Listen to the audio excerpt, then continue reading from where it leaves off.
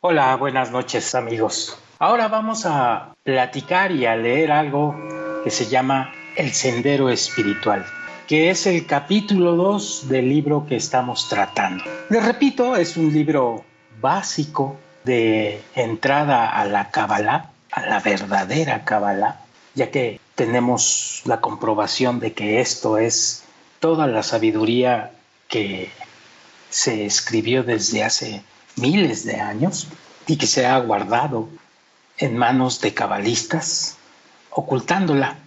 Ya verán ustedes después por qué todo esto se ocultó y por qué hoy sale a la luz. En algún momento, allá, cuando sigamos en el sendero, vamos a ver esta situación y van a ustedes a entender el porqué de estas cosas. Por lo pronto, vamos a hablar algo sobre justamente el sendero espiritual. Ya la vez pasada habíamos comentado y habíamos leído el capítulo 1 de este libro que habla sobre la percepción del Creador. Habla sobre la fe bien y correctamente entendida, no como ha sido explicada y como ha sido persistentemente definida en el mundo corporal. La fe en el Creador es el conocimiento del Creador, probado y comprobado. Es decir, no es una fuerza en la cual debes de creer ciegamente, es exactamente todo lo contrario. La vas a probar y la vas a probar en ti. Así que para iniciar el sendero se inicia definiendo y sintiendo exactamente qué significa esto de percibir al Creador, porque lo vas a usar permanentemente durante todo el sendero. Por lo pronto aquí le vamos a parar la percepción del Creador y nos vamos a otro apartado que también es importante y que hay cosas donde se requieren saber y entender para seguir este principio de sendero espiritual. Vamos a leer esto. Dice así, capítulo 2, el sendero espiritual. Nuestra necesidad de percibir lo divino hace que no escatimemos esfuerzos en el intento por resolver todos los misterios de la naturaleza, moviendo cielo y tierra, ya sea dentro de nosotros mismos o en nuestro entorno. Y yo les comento lo siguiente, es evidente cuando encuentras una persona, o si tú eres una de ellas, que muestra una enorme necesidad de percibir lo divino, se está refiriendo a esa persona que no va a escatimar esfuerzos toda su vida en el intento por resolver los misterios de la naturaleza. Porque hay gente a la cual el desarrollo evolutivo todavía no los lleva a hacerse preguntas tan profundas como la percepción de lo divino. Esas personas van a vivir, van a morir y van a volver a regresar aquí y van a nacer y van a crecer y van a experimentar otra vez la realidad y van a morir exactamente llevando esta realidad hasta que en un momento de su existencia y de sus continuos regresos empiezan a mostrar un deseo o una necesidad de percibir algo distinto, algo divino. Y es cuando movemos cielo y tierra, ya sea dentro de nosotros mismos o nuestro entorno. Pero solamente el anhelo de percibir al Creador es verdadero, puesto que Él es el origen de todo y está por encima de todo, porque Él es nuestro Creador. Por lo tanto, aun si existiera un ser humano completamente solo en este o en otros mundos, la búsqueda de sí mismo lo llevaría inevitablemente a la búsqueda del Creador. Lo vas a ver o ya lo ves ahora tú que te interesaste en esto, pero lo vas a ver en personas que de repente no estaban interesadas y ahora se interesan en este asunto de mundo superior o de otro mundo. Y esta necesidad te lleva inevitablemente a la búsqueda del Creador. Siempre vas a hacer eso. Sigo leyendo. Hay dos líneas que revelan la influencia del Creador sobre sus creaciones. Decíamos la vez pasada en el capítulo 1 que la línea derecha representa su providencia personal sobre cada uno de nosotros, independientemente de nuestras acciones. Y la línea izquierda representa la providencia sobre cada uno de nosotros dependiendo de nuestras acciones. Representa el castigo por las malas acciones y la recompensa por las buenas acciones. Cuando elegimos cierto tiempo para avanzar a lo largo de la línea derecha, es decir, esa línea de la fe o de la línea de la percepción del Creador, debemos decirnos a nosotros mismos que todo lo que ocurre en el mundo sucede solamente porque el Creador así lo desea. Todo transcurre de acuerdo a su plan y nada depende de nosotros. Así que desde este punto de vista no tenemos culpas ni méritos. Nuestras acciones están determinadas por los ideales que recibimos del exterior. Por lo tanto, debemos agradecer al Creador por todo lo que recibimos de Él. Es más, el darse cuenta, el percibir finalmente que es el Creador el que conduce hacia la eternidad, es el inicio de desarrollar sentimientos basados en el amor hacia Él. Podemos avanzar con una apropiada combinación de las líneas derecha e izquierda. Exactamente en el medio de las dos. Es decir, solo debemos avanzar a lo largo de la línea que se encuentra justo a la mitad del camino entre ellas. De todas maneras, aun si comenzamos a avanzar desde un punto de partida correcto, si no sabemos con precisión cómo verificar y corregir continuamente nuestro curso, seguramente nos desviaremos del sendero correcto. Es más, si uno hace incluso la más leve desviación en cualquier punto a lo largo de tu trayecto, del trayecto espiritual, entonces con el tiempo nuestro error aumentará con cada paso mientras continuamos avanzando. Por consecuencia, nos alejaremos más y más de nuestra meta establecida. Antes que nuestras almas descienden a este mundo, son parte del Creador, un elemento diminuto de Él. Este elemento es conocido como la raíz del alma. El Creador pone al alma dentro del cuerpo para que ésta pueda elevar los deseos del cuerpo cuando el alma asciende y se fusiona de nuevo con el Creador. En otras palabras, el alma es colocada en el cuerpo cuando la persona nace, llega a este mundo para sobreponerse a los deseos del cuerpo. Al superar estos deseos, el alma asciende al mismo nivel espiritual del cual descendió y en su paso va experimentando placeres mucho mayores que los que tenía en su estado inicial, cuando era parte del Creador. Y en este punto, un elemento diminuto, como es la raíz del alma, se transforma en un cuerpo espiritual completo. Y se dice que es 620 veces más grande de lo que fue el elemento original, antes de descender a este mundo. Así, de esta manera, en su estado completo, el cuerpo espiritual del alma consiste, por lo tanto, de 620 partes u órganos.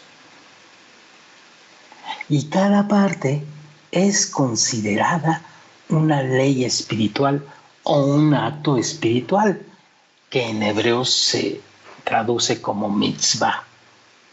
La luz del Creador o el Creador mismo, que son iguales, que llena cada parte del alma, se le denomina Torah. Ascendemos a un nivel espiritual, se denomina cumplir una ley espiritual. Esto lo destaca nuestro maestro porque es muy importante saber cuándo debemos de caracterizarnos por un ascenso a un nivel espiritual. Quiere decir que cumplimos una ley espiritual. Como resultado de esta elevación, se crean nuevas aspiraciones altruistas y el alma recibe la Torah, es decir, la luz del Creador. El verdadero sendero hacia esta meta avanza a lo largo de la línea media. Esto implica el combinar tres conceptos en uno: el ser humano, el sendero a seguir y el Creador del lado derecho. De hecho, existen tres objetos en el mundo: el ser humano, quien se esfuerza por retornar al Creador; el sendero que uno necesita seguir con el propósito de alcanzar el Creador; y el Creador mismo, la meta por la cual el ser humano se esfuerza.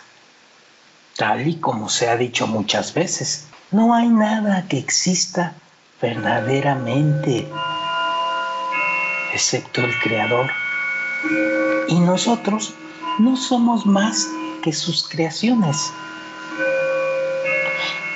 dotadas de un sentido o de una sensación de existencia, que sería nuestra propia existencia. Llegamos a reconocer y percibir esto claramente en el transcurso de nuestra ascensión espiritual. Así pues, todas nuestras percepciones, o más bien las percepciones que vemos como propias, no son más que respuestas a los actos divinos que Él ha producido en nosotros. Todas nuestras percepciones, o más bien las percepciones que vemos como propias, no son más que respuestas a los actos divinos que Él ha producido en nosotros. Así que no vas a oír ninguna voz que viene del cielo y te va a decir hola. No, no es la forma de comunicar esto. Al final, nuestros sentimientos son solamente los que Él quiere que sintamos. Sentimientos, pensamientos, emociones. Miren, mientras no hayamos alcanzado una comprensión completa de esta verdad, veremos no uno, sino tres conceptos separados: el individuo, el sendero y el Creador mismo. Sin embargo, una vez que hayamos alcanzado la etapa final de desarrollo espiritual, una vez que hayamos ascendido al mismo nivel del cual descendieron nuestras almas, solo esta vez, con todos nuestros deseos corregidos, podemos recibir por completo al Creador dentro de nuestro cuerpo espiritual. Y entonces recibiremos toda la luz del Creador y al Creador mismo. Y de esta manera, los tres objetos que una vez existieron por separado en nuestra percepción, es decir, nosotros mismos, nuestro sendero espiritual y el Creador, se van a fusionar para convertirse en una sola entidad, el cuerpo espiritual lleno de luz. Por lo tanto, para asegurarnos que procedemos correctamente, debemos llevar a cabo revisiones regulares mientras avanzamos en el sendero espiritual. Esto asegurará que nos esforcemos desde el comienzo por los tres objetos con el mismo deseo poderoso, independientemente del hecho que percibamos los tres objetos por separado. Así pues, desde un principio debemos trabajar para fusionarlos en uno. Al final del sendero, esto será aparente nada más. De hecho, en este momento son aparentes, aunque seamos incapaces de verlos como tales, debido a nuestras propias imperfecciones. Si nos esforzamos por uno de los tres objetos más que por los otros, de inmediato nos desviaremos del camino verdadero. Es decir, si te esfuerzas más por la derecha o si te esfuerzas más por la izquierda, ambas cosas te van a llevar a una desviación del camino verdadero. ¿Sí? La exagerada línea derecha o el exagerado deseo de percibir al Creador únicamente, sin importar esa línea izquierda, te va a hacer perder el sendero. Y vas a acabar en un santuario, ahí, y vas a querer permanecer solamente en el deseo de percibir al Creador. Y lo mismo pasa del lado izquierdo. La forma más simple de comprobar si todavía estamos en el sendero real es determinar si nos esforzamos por comprender las características del Creador con el propósito de ser uno con Él. Si no estoy para mí, entonces, ¿quién estará para mí? Y si solo estoy preocupado por mí, entonces te preguntas, ¿qué soy yo? Y estas afirmaciones aparentemente contradictorias reflejan las actitudes conflictivas que enfrentamos cuando consideramos nuestros esfuerzos para lograr una meta personal establecida. Y nos vamos a enfrentar a actitudes bastante conflictivas. Por un lado, debemos creer que no hay nadie a quien pedirle ayuda salvo a nosotros mismos, y actuar con la certeza de que nuestras buenas obras serán recompensadas, mientras que nuestras malas acciones serán castigadas, al menos al principio, así lo vas a sentir. Nosotros, como individuos, debemos creer que nuestras propias acciones tienen consecuencias directas y que construimos nuestro propio futuro. Pero por otro lado, debemos decirnos a nosotros mismos, ¿quién soy yo para poder derrotar mi propia naturaleza por mí mismo? Tampoco hay nadie más que me pueda ayudar. Subtítulo: La providencia del Creador. Si todo sucede de acuerdo al plan del Creador, entonces, ¿para qué sirven nuestros esfuerzos? Como resultado de nuestro propio trabajo, basado en el principio de castigo y recompensa, al menos al principio, adquirimos desde lo alto la comprensión del dominio del Creador. Luego, nos elevamos a un nivel de conciencia donde vemos claramente que es el Creador el que gobierna todo y que todo está predeterminado. Pero sin embargo, primero debemos alcanzar esa etapa. Y hasta que lo hagamos, no podemos determinar que todo está en manos del Creador.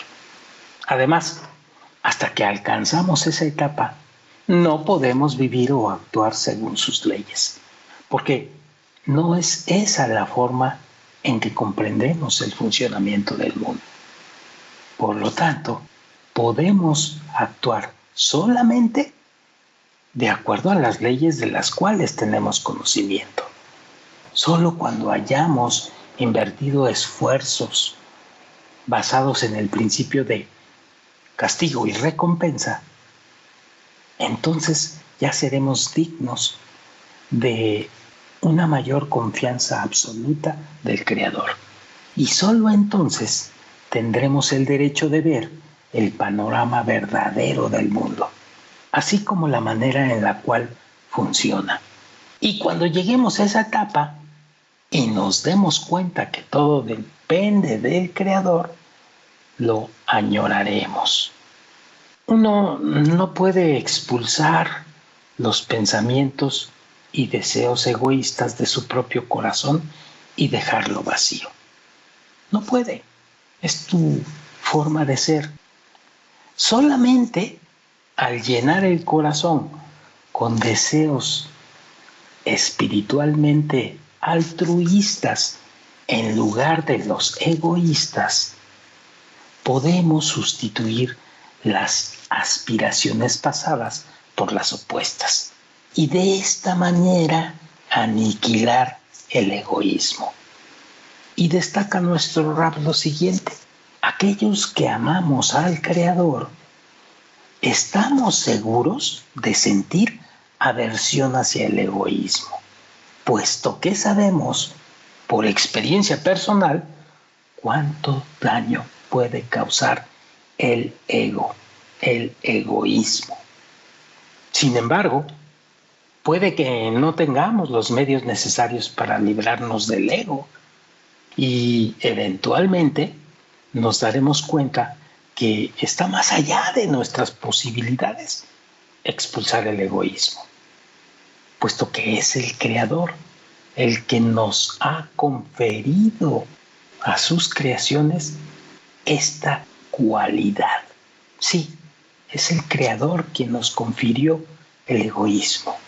Y más adelante van a saber la razón. Por lo pronto sigamos leyendo. A pesar de que no podemos deshacernos del egoísmo por nuestros propios esfuerzos, mientras más pronto nos demos cuenta o percibamos que el egoísmo es nuestro enemigo y nuestro exterminador espiritual, más fuerte será nuestro rechazo hacia él o nuestro odio hacia ese egoísmo.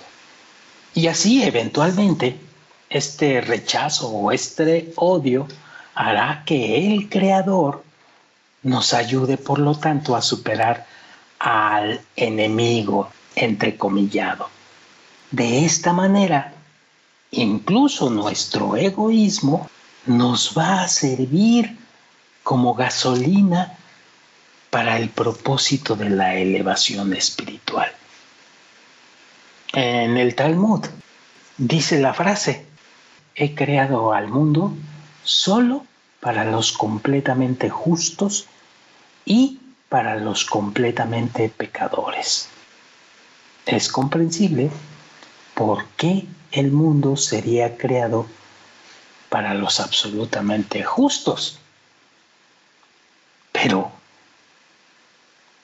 la pregunta es importante: ¿por qué el mundo no fue creado también para aquellos que no son ni absolutamente justos ni pecadores absolutos? De manera inadvertida, percibimos la providencia de acuerdo a la manera en que ésta nos afecta. es buena y amable si nos agrada, si te ha ido bien en la vida, y es dura si nos causa sufrimiento.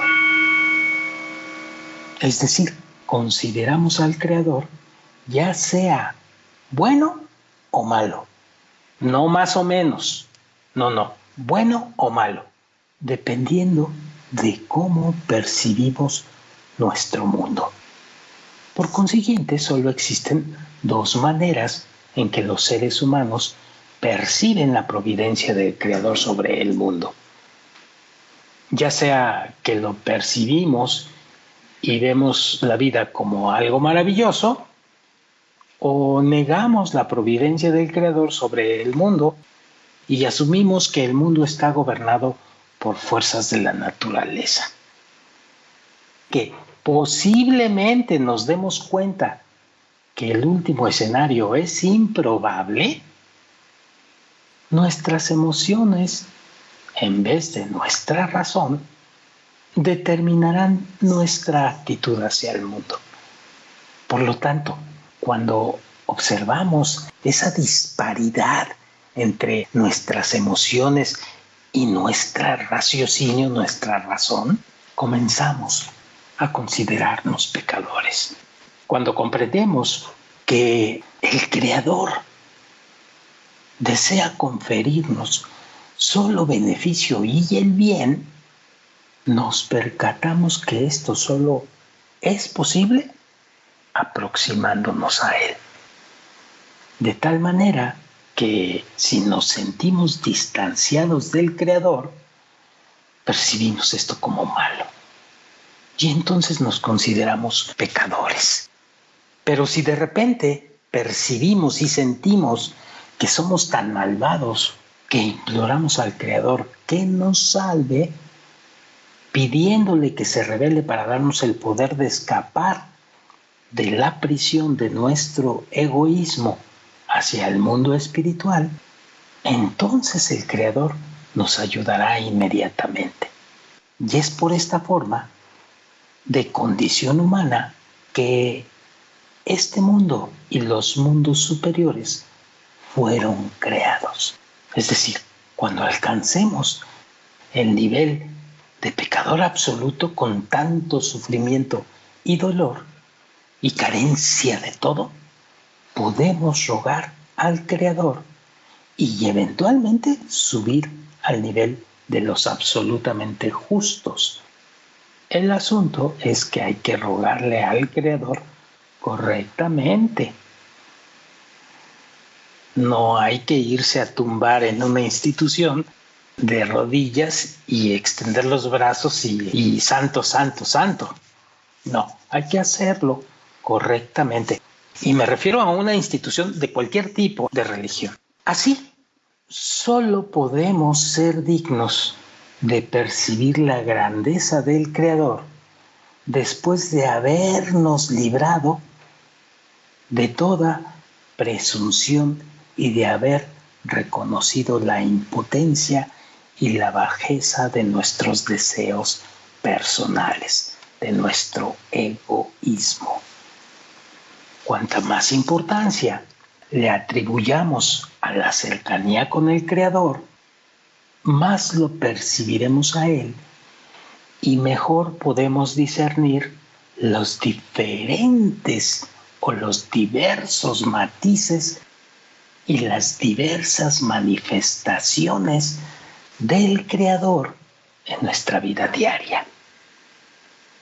Así que esta, digamos, profunda y conmovedora veneración hacia Él generará sentimientos en sus corazones y como resultado la alegría fluirá internamente. ¿Sí? Sí, hasta químicamente en tu cuerpo biológico se producen los efectos de la alegría. Podemos ver, seguimos leyendo, no somos mejores que quienes nos rodean. Y sin embargo, también podemos ver, a diferencia de nosotros, otros no han ganado la atención especial del Creador. Es más, otros ni siquiera están conscientes de que existe la posibilidad de comunicarse con el Creador. Tampoco les importa percibirlo y entender el significado de la vida y del progreso espiritual. Así hay otros y los tienes ahí al lado o te encuentras con ellos en tu colonia o en tu calle o en tu trabajo. Por otra parte, no nos queda claro cómo es que somos merecedores de una relación tan especial con el Creador. Porque todo empezó con un sentimiento de búsqueda en todos lados. Y de repente, por alguna razón, llegaste aquí. Y no te queda claro cómo es que ya eres merecedor de una nueva relación especial con el Creador. Y entonces lo atribuyes a miles de formas. Es que me pasaron esta grabación, es que mi amiga de mi amigo me recomendó, y es que no, eso es en el mundo material. Pero no es ninguna casualidad el que hayas ganado la atención del Creador. Es más, así como te digo, otros ni siquiera están conscientes de que existe la posibilidad de comunicarse con Él. Por otra parte, si en ese punto podemos apreciar la actitud especial del Creador hacia nosotros, entonces vamos a experimentar unas sensaciones que nosotros reconocemos en la corporalidad como gratitud y alegría ilimitadas. Y esta gratitud y esta alegría ilimitadas son una especie de fuerzas para seguir adelante. Así que cuanto más podamos apreciar el éxito individual, más profundamente agradeceremos al Creador.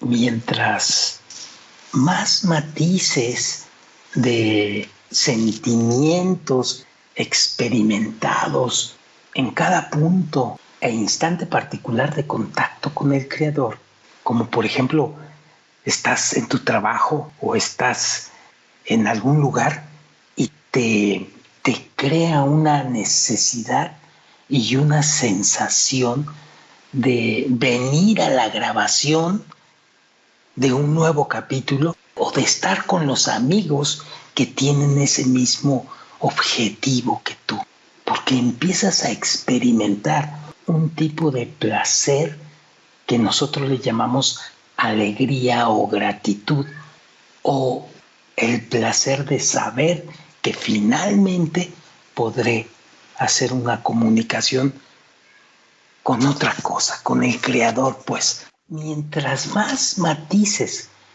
de sentimientos experimentemos en cada punto e instante particular de contacto con el Creador, mejor apreciaremos la grandeza del mundo espiritual que nos es revelada, repito, así como la grandeza y el poder del Creador omnipotente.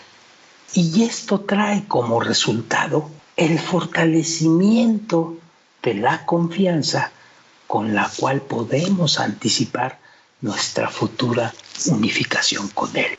Al contemplar la vasta diferencia entre las características del Creador y aquellas de sus seres creados, es fácil llegar a la conclusión de que ambos pueden llegar a ser compatibles solamente si los seres creados alteran su naturaleza absolutamente egoísta. Y esto es posible solo si la persona se autoanula, como si no existiera. Y por lo tanto, no hay nada que lo separe del Creador. Esto de autoanularse significa trabajar por anular tu egoísmo.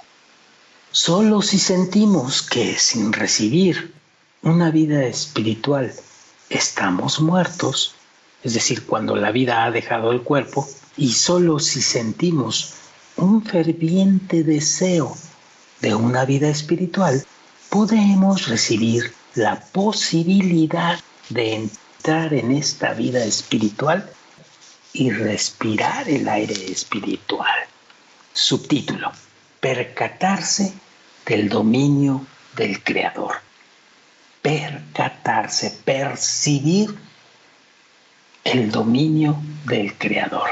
El Rab empieza este apartado cuestionándonos y dice: ¿cómo podemos elevarnos a un nivel espiritual donde hayamos erradicado por completo el interés propio y la preocupación por sí mismo, es decir, el ego? ¿Cómo puede nuestro deseo de dedicarnos con devoción al Creador convertirse en nuestra única meta en la vida, tanto que sin alcanzarla sentiremos como si estuviésemos muertos? ¿Cómo puedo hacer eso? ¿Cómo puedo erradicar por completo ese interés propio de mí mismo, de autogratificarme a mí mismo? Elevarse a este nivel, dice el Rab, o dice el maestro, ocurre gradualmente. Y esto es muy importante que lo sepan. Ocurre gradualmente y se procesa en la forma de retroalimentación. Es decir, cuanto más esfuerzos hacemos en nuestra búsqueda de una senda espiritual, tanto en estudiar como en emular los objetos espirituales, más convencidos estaremos de nuestra absoluta inhabilidad de alcanzar esta meta por nosotros mismos. Cuanto más estudiemos los textos que son importantes para nuestro desarrollo espiritual, más confuso y más desorganizado nos parecerá el material. Es normal, así se ve. Mientras más nos esforcemos en trabajar mejor a nuestros instructores y semejantes, si en realidad estamos avanzando espiritualmente, se hará más claro que todas nuestras acciones son dictadas por el egoísmo. Es decir, esto lo que nos está diciendo es que en el principio y más allá, un poco más allá del estudio y de la meta espiritual o del sendero espiritual, nos va a parecer que el material es más confuso y más desorganizado. Y nos va a parecer algo que es muy importante. Se nos va a revelar en nosotros el tamaño cada vez más grande de nuestro egoísmo. Y esto es normal, y esto tiene que pasar por varias razones que después vamos a comentar y a estudiar, y las vas a entender y las vas a alcanzar en ti. Y sigo leyendo. Tales resultados siguen el principio de fuércelo hasta que diga estoy de acuerdo. Es decir, podemos librarnos del egoísmo que es enorme en cada quien solamente si llegamos a captar que éste causa la muerte al impedir que nos demos cuenta de la vida eterna, llena de deleite. Es decir, al momento en el que se nos revela la verdadera dimensión de nuestro egoísmo. Así que, cuando se nos revela y entendemos que todo ese egoísmo nos está causando daño, eventualmente nos va a conducir a liberarnos de él. Lo más importante es, por lo pronto, nuestro deseo de entregarnos por completo al Creador al percatarnos de su grandeza. Es decir, entregarse significa tratar de separarse de eso que llamamos, entre comillas, yo mismo. A este punto, debemos decidir cuál es la meta que vale más la pena alcanzar. El logro de los valores transitorios o el de los eternos. Nada de lo que hemos creado permanece para siempre. Todo es transitorio. Si no lo crees, regresa a la materialidad otras 10 vidas y verás cómo vas a entrar sin nada y vas a salir sin nada. Porque todo es transitorio y temporal. Solo las estructuras espirituales, tales como los pensamientos, los actos y los sentimientos espirituales, es decir, altruistas, son eternos. Por lo tanto, al esforzarnos por imitar al Creador en sus pensamientos o imitar sus deseos y esfuerzos, de hecho, estamos edificando la estructura de nuestra propia eternidad.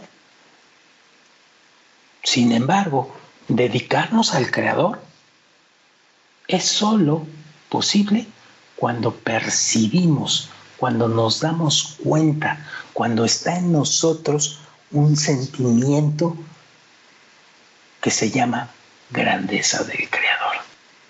Si no tienes ese sentimiento, no lo vas a hacer así. Es lo mismo en nuestro mundo. Si consideramos que alguien es grandioso, nos sentimos felices por estar al servicio de dicha persona.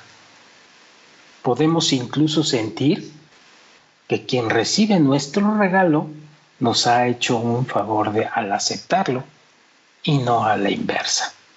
Este ejemplo demuestra que la intención de una acción puede cambiar la forma externa de un acto mecánico, de un acto ya sea de dar o recibir mecánicamente.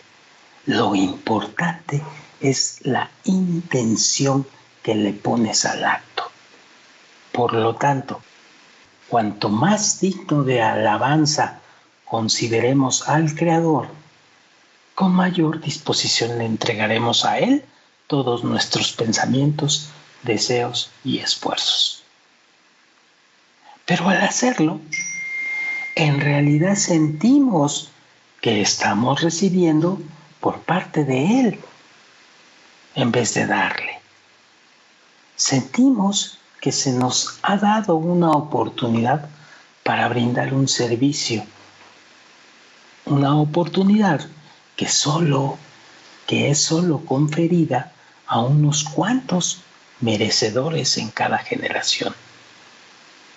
Y esto se puede clarificar más a través del ejemplo brindado en la siguiente obra corta, que la vamos a ver en la próxima grabación, el capítulo 3, que habla de un cuento que nos va a simbolizar mucho nuestra relación con el dador o con el creador y nosotros como creaciones. Esta obra se le llama La Mesa del Comedor, pero la vamos a ver más adelante en el capítulo 3. Por lo pronto, con esto termina el capítulo 2 y con esto termina esta segunda grabación de este libro. Muchísimas gracias a todos y nos vemos en la próxima.